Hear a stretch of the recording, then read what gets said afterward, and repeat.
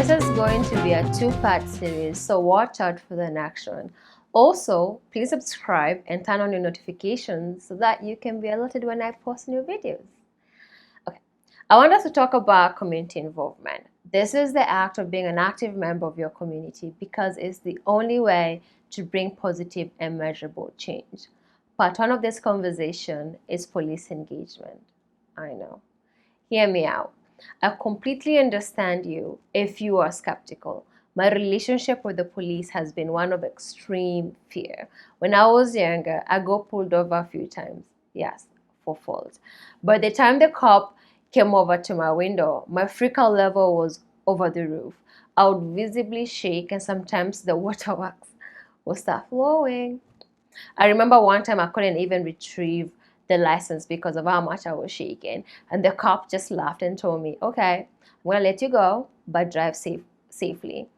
Then he went to his car and I did not move. He came back and asked me if everything was okay. And I legit told him he needed to go first because I could not drive as long as he was around. So I completely understand you if you're wondering, why then am I encouraging police engagement? Now let me tell you why I picked this as a topic. My worst interaction I've had was when I asked a police officer on the road for help and they ended up searching my car. And I tell you, there was nothing in my car. That was bad. But the worst thing about that is I did not know I had recourse. And it just became a story I'll tell people about.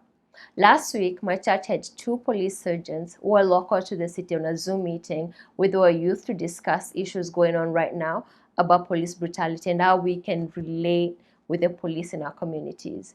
These are the pointers they gave us. They stress the part that it makes it easier on everyone if there's a relationship, and it is on both parties to establish one and nurture one. Think of this as a relationship.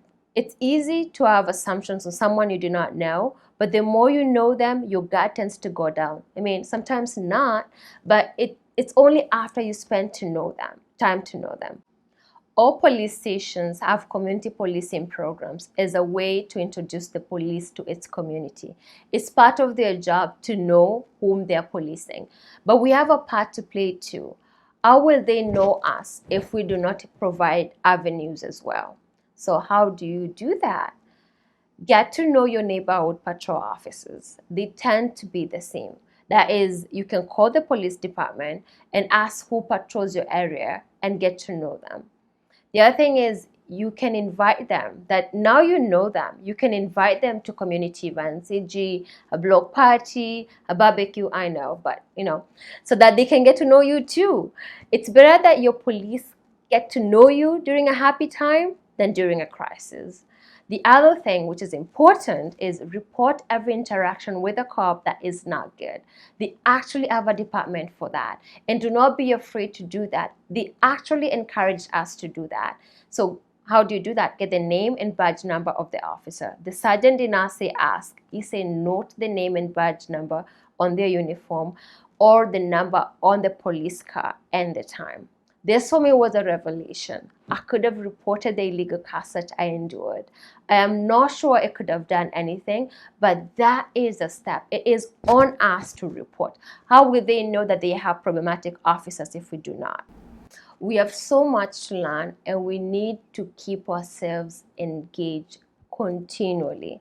I will do my part of letting you know how, but that will mean nothing if we do not act on this knowledge. If you want change, it has to be all hands on deck.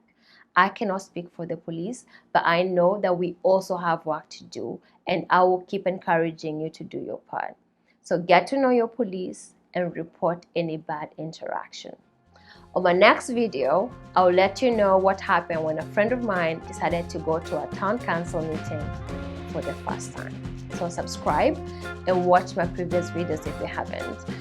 Keep safe out there.